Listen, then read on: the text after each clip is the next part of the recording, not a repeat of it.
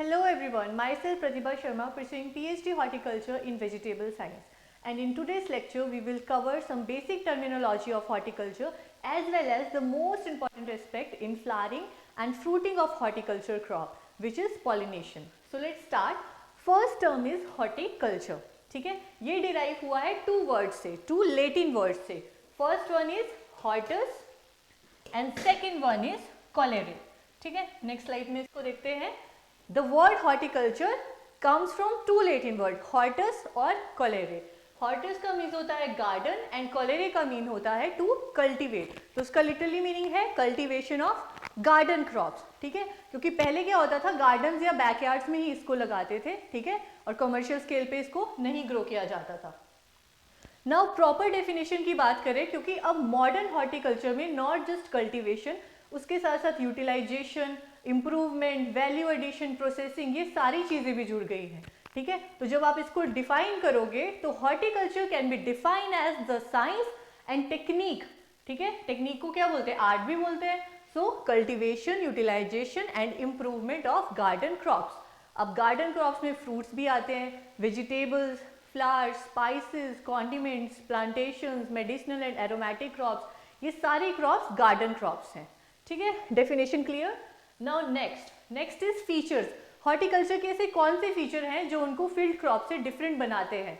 ठीक है, अब हॉर्टिकल्चर का फर्स्ट फीचर है हाईली पेरिशेबल. ठीक है, क्या होते हैं ये, हाईली पेरिशेबल होते हैं, शेल्फ लाइफ कम होती है, जल्दी सड़ जाते हैं. सिंपल लैंग्वेज में बोले तो जल्दी सड़ जाते हैं. ठीक है, चाहे टोमेटोज की बात करो या मैंगो की बात करो, सबको हमें फ्रेश स्टेट में कंज्यूम करना होता है. Second is intensive cultivation. Intensive cultivation का मतलब है कि लार्ज नंबर ऑफ इनपुट चाहिए, लेबर चाहिए, और स्मॉल लैंड से ही हम ज़्यादा यील्ड ले सकते हैं. ठीक है, इंटेंसिव कल्टीवेशन में क्या इंपॉर्टेंस होगी, इनपुट्स ज़्यादा लगेंगे लेकिन वो सीड सेक्टर को जो प्रमोट करेगा. ठीक है, मैन्योर फर्टिलाइजर के सेक्टर को प्रमोट करेगा. फिर कैपिटल और लेबर ज़्यादा ज़रूर लगेगी लेकिन मैन डेज, एम्प्लॉयमेंट जनरेट करेगा. Third is different cultural operations होते हैं, प्रोपेगेशन, लेयरिंग, बर्डिंग, ये सब में क्या चाहिए, एक स्किलफुल लेबर चाहिए. ठीक है, तो ये भी क्या है, इसका फीचर है. अब नंबर 4 पे आते हैं, rich source of vitamin, minerals and alkaloids.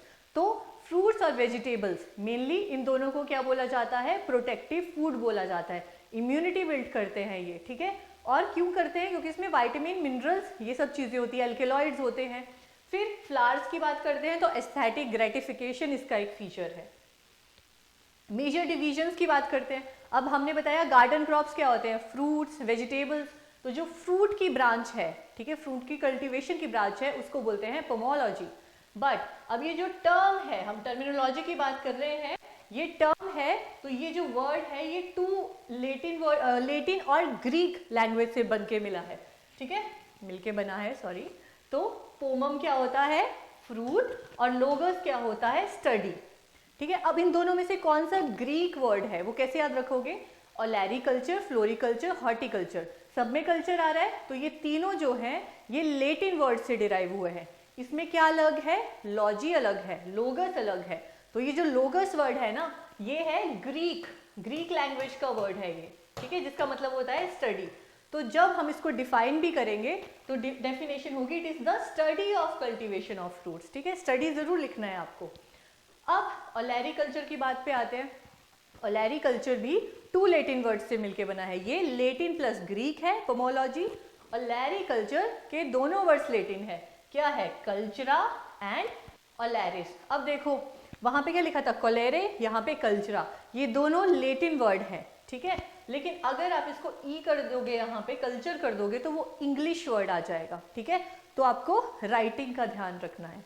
तो राइटिंग से मुझे याद आया, फर्स्ट टाइम जो हॉर्टिकल्चर है वो रिटन लैंग्वेज में कब और कहाँ लिखा गया था, कहाँ मेंशन हुआ था. ठीक है, सेंचुरी की बात करें तो कौन सी सेंचुरी थी, 17th सेंचुरी थी. 17th सेंचुरी थी. ईयर की बात करें तो ईयर 1631. पीटर लॉरम वर्क्स के ट्रिटाइज, एक मैनुअल में इसको मेंशन किया गया था. ठीक है, लेकिन इंग्लिश लैंग्वेज में नहीं था. इंग्लिश लैंग्वेज की बात करें तो 47 ईयर्स बाद 1678 में जो ई फिलिप्स थे, उन्होंने इंग्लिश लैंग्वेज में इसको मेंशन किया था. ठीक है, the new world of English world London में. ओके, अब फ्लोरिकल्चर पे आते हैं। फ्लोरिकल्चर भी 2 लैटिन वर्ड्स से मिलके बना है, सेम एज ओलैरिकल्चर, जिसमें ओलैरिस का मतलब पॉट हर्ब है और कल्चरा का मीन्स कल्टीवेट है, तो it refers to the cultivation of pot herbs. ठीक है, फ्लोरस का मतलब फ्लावर है, कल्चरा का मतलब कल्टीवेशन है, it refers to cultivation of flowers. सारी टर्मिनोलॉजी क्लियर हो गई। अब आगे बढ़ते हैं हम फ्रूट की डेफिनेशन पे। फ्रूट क्या होता है? डेवलप्ड एंड मेच्योर ओवरी होती है। ठीक है, अब ये हम फ्रूट पार्ट्स में डिस्कस करेंगे। जो मेच्योर ओवरी होती है उसको फ्रूट बोलते हैं। वेजिटेबल की बात करें तो वेजिटेबल क्या होता है? हर्बेशियस प्लांट का पार्ट होता है। फ्रूट को रॉ खाते हैं जनरली, वेजिटेबल को आफ्टर कुक करने के बाद खाते हैं जनरली। ठीक है, नॉट ऑलवेज, जनरली। फ्लावर क्या होता है? फ्लावर होता है हमारा रिप्रोडक्टिव यूनिट, उसी में मेल फीमेल पार्ट्स होते हैं। ठीक है, उसी में रिप्रोडक्शन होगी, तो रिप्रोडक्टिव यूनिट कौन सा है? फ्लावर है। अब उसमें कैलिक्स होता है, करोला, एंड्रोशियम, गाइनोशियम, ये सब हम जानेंगे एक नेक्स्ट पिक्चर में। ये देखो, ये है फ्लावर की डायग्राम। इसमें क्या है? ये जो मेल वाला है वो है एंड्रोशियम और जो फीमेल पार्ट्स हैं उनको बोलते हैं गाइनोशियम पार्ट। ठीक है, एंड्रोशियम, गाइनोशियम। अब जो यहाँ पे देखो स्टिग्मा है, माँ क्या होती है? फीमेल, फीमेल होती है ना माँ, तो स्टिग्मा इज फीमेल का पार्ट। अब स्टाइल भी लड़कियां ज्यादा स्टाइल में रहती हैं लड़कों से ज्यादा। पोल करके देखें तो स्टाइल भी क्या है? फीमेल पार्ट है। ठीक है, ओवरी भी फीमेल पार्ट है। इसमें क्या होते हैं? ओव्यूल्स होते हैं। और जब ये ओवरी, ये वाला पार्ट जो है, ये जो पार्ट है ओवरी का, ये जब मेच्योर हो जाता है, ये स्टिग्मा है, ये ओवरी है, ये जब मेच्योर हो जाती है तो फ्रूट की डेवलपमेंट होती है, फ्लावर से फ्रूट बनता है। ठीक है, मेल में देखो स्टैमेन, MEN, मैन क्या होते हैं? मेल होते हैं, तो मेल पार्ट है हमारा स्टैमेन। ठीक है, अब स्टैमेन के अंदर आते हैं एंथर, फिलामेंट एंड एंथर के अंदर होते हैं हमारे पोलन्स। ठीक है, ऐसे एंथर बंद होता है, उसके अंदर जब एंथर डेहिसेंस होती है, मतलब एंथर खुलता है, तब उसमें से पोलन्स निकलते हैं। ठीक है, मेल पार्ट कंप्लीट हो गया। स्टिग्मा स्टाइल ओवरी को मिलके बोलते हैं पिस्टल। ठीक है, उसके अलावा पेटल्स, पेटल्स होती है पंखुड़ियां, पी से पंखुड़ियां, पी से पेटल। ठीक है, अब ये 1 2 3 पेटल हैं, जब ये 3 पेटल कलेक्टिवली होंगे तो उनको बोलेंगे करोला। ठीक है, अब पेटल्स बड़े कलरफुल होते हैं, है ना, तो पेटल्स कलरफुल होते हैं, कलर से रिलेटेड है, तो कोरोला और कलर सेम वर्ड्स है। तो कोरोला क्या है? कलेक्टिवली पेटल्स को कोरोला बोलते हैं। और ये जो सेपल हैं, ये जो ग्रीन वाले पोर्शन है ना, सेपल, इनको कलेक्टिवली क्या बोला जाता है? कैलिक्स। समझ आ गया? कैलिक्स, कोरोला, एंड्रोशियम, गाइनोशियम, ये सब था इस फ्लावर के पार्ट्स। मोड ऑफ पॉलिनेशन की बात हम करते हैं। पॉलिनेशन क्या होता है? It is the transfer of pollen from anther to stigma. Pollen कहाँ होते हैं? एंथर के अंदर होते हैं, वहां से निकल के स्टिग्मा पे जब जाते हैं, ठीक है, तो उसको क्या बोलते हैं? उस प्रोसेस को बोलते हैं पॉलिनेशन। अब पॉलिनेशन 2 टाइप्स की होती है basically, self pollination and cross pollination. इसके अलावा एक और टर्म होती है which is often cross pollinated. क्या होती है? Often cross pollinated. क्या होता है उसमें? जो सेल्फ पॉलिनेशन होती है उसमें भी क्रॉस पॉलिनेशन का थोड़ा बहुत एक्सटेंट रहता है, 5% रिलैक्सेशन दे दिया जाता है इसमें।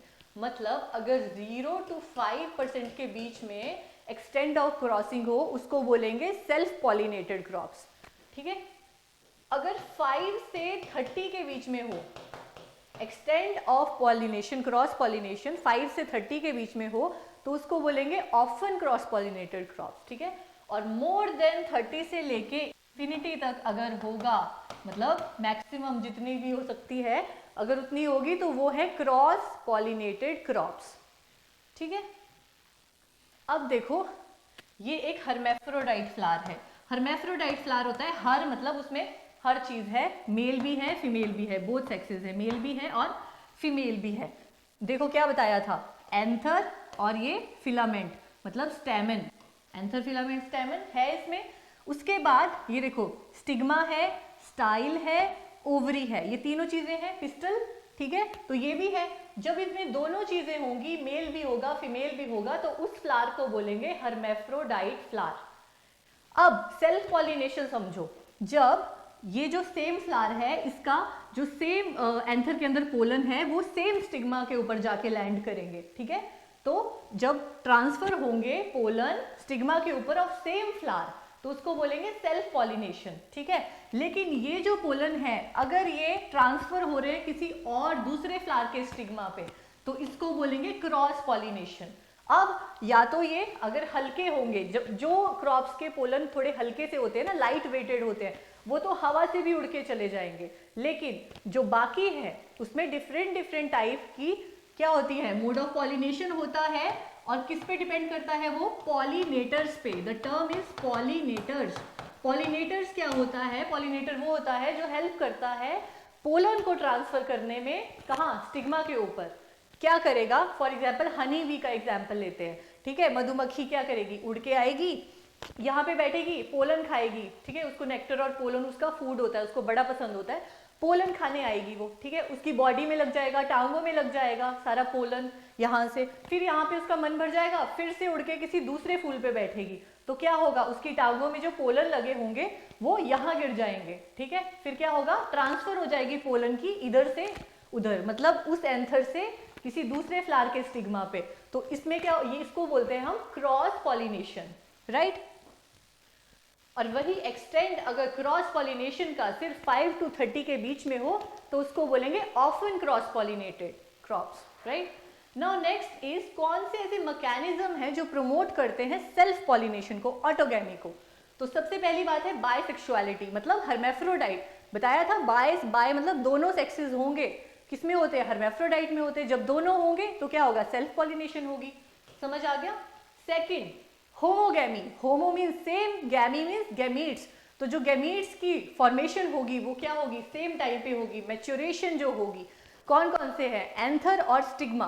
तो इसमें दो टर्म्स आती हैं, एक होता है एंथर डेहिसेंट, ठीक है, जैसे मैंने आपको बताया एंथर डेहिसेंट मीन्स एंथर का खुल जाना और उसमें से पोलन का रिलीज होना। और स्टिग्मा के केस में होता है स्टिग्मा रिसेप्टिविटी, ठीक है, मतलब स्टिग्मा एक्टिव है, ठीक है, उस टाइम वो थोड़ा स्टिकी सा होता है तो पोलन चिपक जाते हैं और सक्सेसफुल पॉलिनेशन होती है, फर्टिलाइजेशन होती है, राइट। अब क्या है, जब ये सेम टाइम पे मैच्योर होंगे तो क्या होगा, सेल्फ पॉलिनेशन के चांसेस बढ़ जाएंगे। उसके बाद नेक्स्ट मैकेनिज्म है क्लिस्टोगैमी। क्लिस्टो क्या होता है, क्लोज्ड फ्लावर बड में, क्लोज्ड फ्लावर बड में ही पॉलिनेशन हो जाती है, ठीक है, खुलता नहीं है फ्लावर। फर्टिलाइजेशन भी, पॉलिनाइजेशन भी, क्या डिफरेंस है, ये देखो, अगर ट्रांसफर हो रहा है एंथर का स्टिग्मा पे, ठीक है, इट इज कॉल्ड पॉलिनेशन। फिर जो ये पोलन्स हैं ये अंदर जा रहे हैं, माइक्रोस्पोर, मेगास्पोरोजेनेसिस हो रही है, ठीक है, माइक्रोस्पोरोजेनेसिस हो रही है, फिर गैमीट्स बन रहे हैं, ट्यूब्स बन रही हैं। तो उस प्रोसेस वो बहुत एक लंबा लेक्चर हो जाएगा, वो लेक्चर आपके लिए नेक्स्ट क्लासेस में लेकर आएंगे। अभी देखो आप इतना समझो, जब ये जो पोलन है ये नीचे जाके यूनाइट हो जाएंगे और फर्टिलाइजेशन तब होगी, ठीक है, जब मेल और फीमेल गैमीट यूनाइट करेंगे आपस में।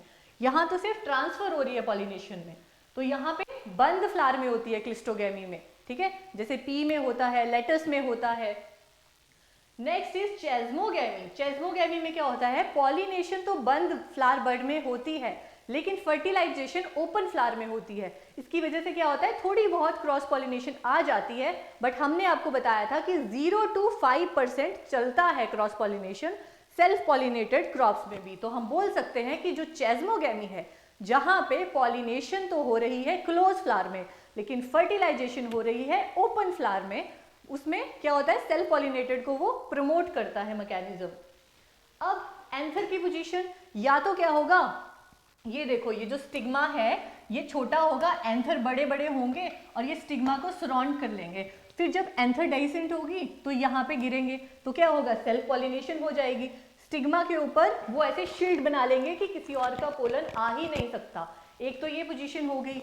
दूसरा है, और ये ब्रिंजल और टोमेटो में होता है, दूसरा है पी में, आपने देखा होगा क्या होता है, जो पेटल्स होते हैं, जो पंखुड़ियां होती हैं वो ऐसे बंद हो जाती हैं और एक प्रोटेक्टेड स्ट्रक्चर बनाती हैं। पी के केस में उसको कील बोलते हैं, ठीक है, कील। तो क्या होता है, पेटल ऐसे बंद हो जाते हैं और मेल और फीमेल जो पार्ट होते हैं फ्लावर के उनको छुपा लेते हैं। तो क्या होता है, कोई बाहर का नहीं आ पाता, फिर अंदर उनको सेल्फ पॉलिनेशन ही करनी पड़ती है, तो प्रमोट हो जाती है सेल्फ पॉलिनेशन। अब क्रॉस पॉलिनेशन के मैकेनिज्म्स की बात करें, फर्स्ट इज डाइक्लाइनी। ठीक है। डाइक्लाइनी में 2 कंडीशंस होती है, monoecious and dioecious. Mono 1 male और फीमेल फ्लावर एक हमारे प्लांट पे होंगे, डायोशियस इज 2 मेल और फीमेल फ्लावर जो है वो सेपरेट प्लांट्स पे होंगे। अब देखो आप बोलोगे कि जब सेम प्लांट पे हैं तब तो सेल्फ पॉलिनेशन होनी चाहिए, कईयों को ऐसा डाउट आता है, पर क्या है, मेल फ्लावर अलग है, फीमेल फ्लावर अलग है। यहाँ पे एक फ्लावर पे नहीं है, यहाँ पे मेल अलग है, उसके पास नहीं है, पिस्टल नहीं है, और फीमेल के पास क्या है, स्टैमन नहीं है, तो उसको क्या करना पड़ेगा, क्रॉसिंग ही करनी पड़ेगी। ठीक है, डायोशियस में तो है ही अलग पे, कोई मैटर ही नहीं है, तो क्या होगा, क्रॉस पॉलिनेशन प्रमोट होगी। Next is dichogamy. अब डाइक्लाइनी और डाइकोगैमी में कंफ्यूजन नहीं रखना है। डाइकोगैमी, गैमी मीन्स गैमीट्स, तो गैमीट्स हैं, वहां पे होमोगैमी था, यहाँ पे डाइकोगैमी है। गैमीट्स की बात हो रही है कि एंथर्स और स्टिग्मा जो है वो मैच्योर नहीं हो रहे सेम टाइम पे। डाइक्लाइनी में फ्लावर्स की बात हो रही थी और प्लांट्स की बात हो रही थी। अब डाइकोगैमी में हमारे 2 कंडीशंस आती हैं। फर्स्ट इज प्रोटोगाइनी, प्रो का मतलब पहले, गाइनी का मतलब, गाइनोशियस क्या बताया था, फीमेल, तो मतलब जो फीमेल है, जो हमारा पिस्टल है, स्टिग्मा है, वो रिसेप्टिव हो जाता है। ठीक है, फीमेल पहले मैच्योर हो जाती है मेल से, और प्रोटेंडरी, प्रो पहले, एंड्रोशियस मेल, मेल पहले मैच्योर हो जाता है फीमेल से। मतलब क्या होता है, पोलन वायबल हो जाते हैं, एंथर डेहिसेंट हो जाता है, खुल जाता है, स्टिग्मा रिसेप्टिव नहीं होता है। Next is heterostyly. Hetero means different, styly, style बताया था ना आपको, स्टाइल क्या है, फीमेल ज्यादा स्टाइलिश होती है, तो स्टाइल किसका पार्ट है, फीमेल का पार्ट है। तो जो फीमेल मतलब फ्लावर का ही पार्ट है, कौन सा पार्ट है, फीमेल पार्ट है। ओके, तो स्टाइल की जो लेंथ है वो डिफरेंट होती है इसमें। तो जब स्टाइल लंबी होगी तो एंथर छोटे रह जाएंगे, जब स्टाइल छोटी होगी तो एंथर बड़े हो जाएंगे।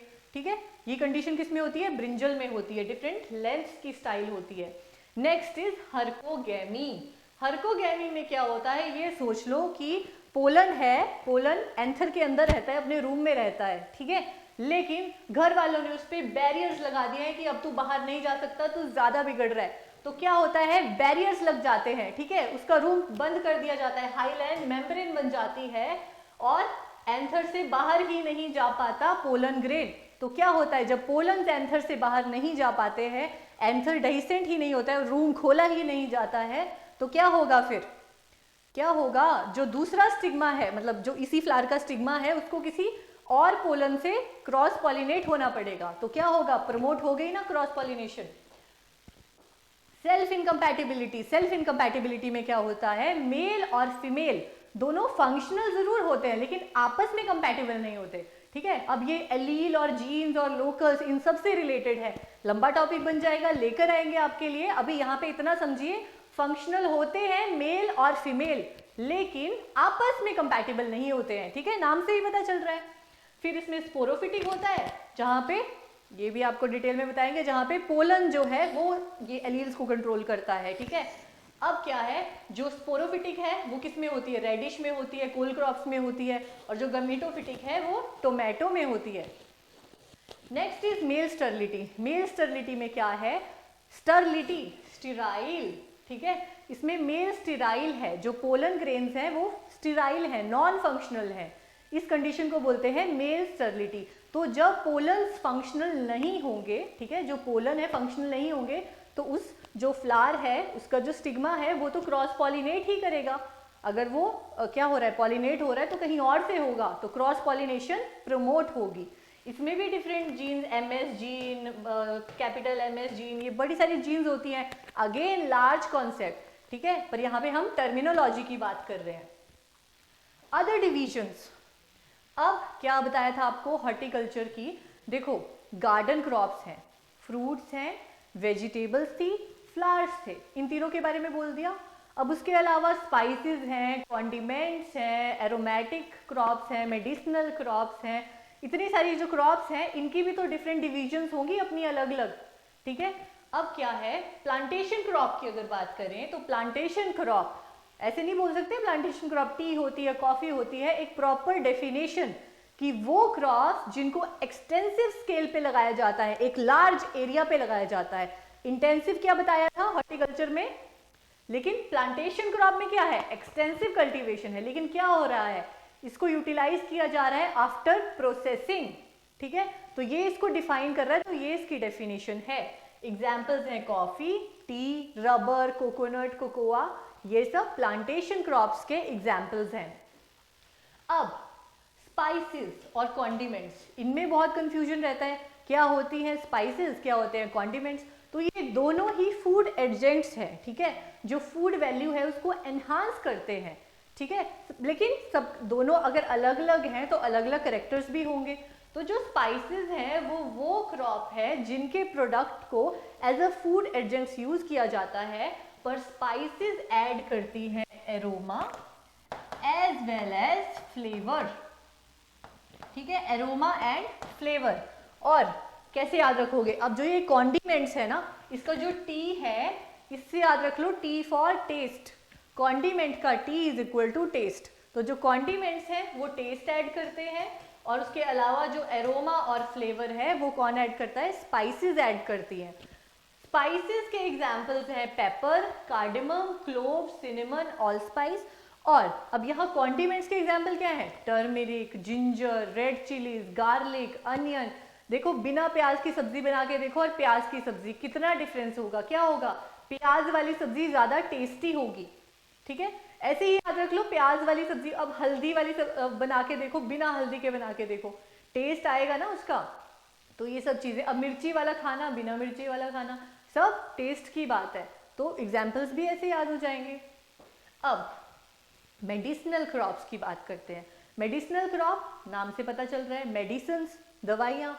तो दवाइयाँ बनाने में के लिए ये क्रॉप के प्रोडक्ट यूज होते हैं। Medicinal crop are those plant which are rich in secondary metabolites, और इन्हीं सेकेंडरी मेटाबोलाइट्स की प्रेजेंस की वजह से ये हेल्पफुल होते हैं ड्रग्स बनाने में, मेडिसिन बनाने में, ठीक है।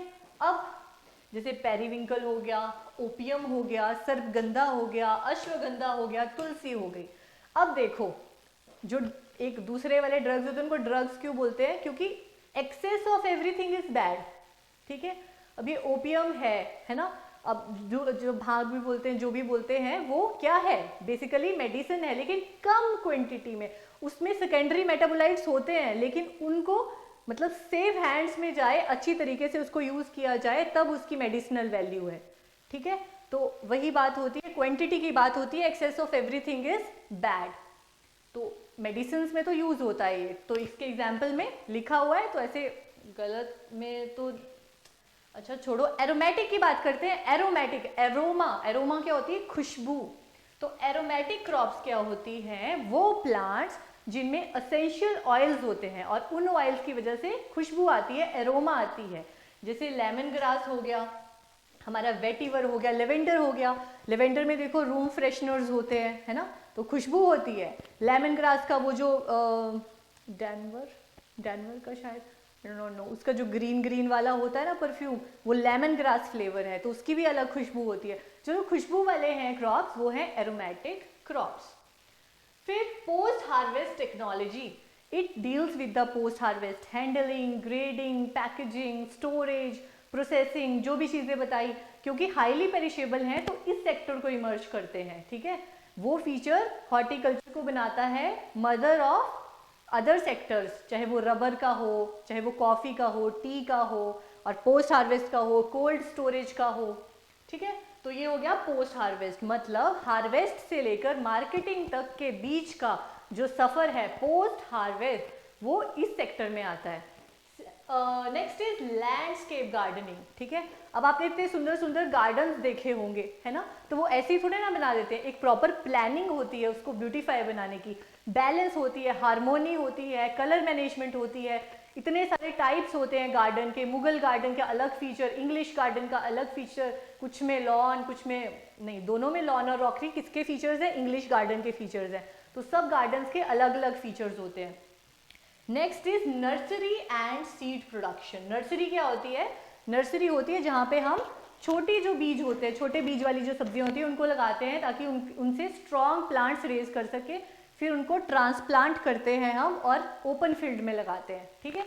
तो ये भी एक बहुत इंपॉर्टेंट टॉपिक है, नर्सरी के ऊपर भी एक बहुत बड़ा लेक्चर बनता है, कहाँ लगाते हैं, क्या साइट होती है, ये सब चीज़ें भी इंपॉर्टेंट है।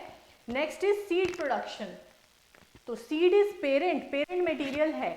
जो हमारी क्रॉप है वो साइकिल चल रही है seed to seed, seed to seed. Seed लगा रहे हैं, सीड हम लगा भी रहे, एक बार लगा के सीड हम नया नहीं निकालेंगे तो फिर खत्म हो जाएगी बात, फिर नेक्स्ट टाइम कैसे लगाएंगे। तो seed production is very important और वेरी इंपॉर्टेंट सेक्टर, ठीक है, क्योंकि प्लांटिंग मटेरियल तो चाहिए। फिर वो नर्सरी से भी रेज होता है, ठीक है, बीज लगा के प्लांट बना दिए, तो भी आप बोलते हो ना नर्सरी में जाना है, नर्सरी से प्लांट्स लेके आने हैं। उसके अलावा एक दो टॉपिक और हैं, जैसे कि हमारा हो गया poly house, green house technology, ठीक है। पहले तो हॉर्टिकल्चर को ओपन फील्ड में लगाते थे, पहले तो बैकयार्ड में ही लगाते थे, गार्डन्स में ही लगाते थे, फिर धीरे धीरे कमर्शियल स्केल पे आए, ठीक है, धीरे धीरे क्या हुआ, ओपन फील्ड्स पे आए। अब क्या है, ऑफ सीजन क्रॉप, मतलब उसका सीजन भी नहीं है फिर भी वो लग रहे हैं, आपको कुकुम्बर मिल रहा है। तो बहुत सारे ऐसे कॉन्सेप्ट्स हैं, ठीक है, फ्रूट्स में, वेजिटेबल्स में, ठीक है, बहुत सारी उसमें स्कोप भी है और बहुत सारी इंप्रूवमेंट भी हो चुकी है हॉर्टिकल्चर में। हाइड्रोपोनिक्स आ चुके हैं, सॉइललेस कल्चर, जहाँ पे क्या होता है, वहाँ पे पानी में आर्टिफिशियल न्यूट्रिएंट मीडियम डाले जाते हैं, वो न्यूट्रिएंट्स प्रोवाइड कराए जाते हैं प्लांट्स को जो उनको ग्रो करने में हेल्पफुल रहें, ठीक है। तो ये सारे कॉन्सेप्ट हम कंप्लीट करेंगे, पर आज के टॉपिक में टर्मिनोलॉजी और पॉलिनेशन यहीं पे खत्म होता है। Thank you so much, I hope आपको सब समझ में आया होगा। सो सी यू इन नेक्स्ट क्लास।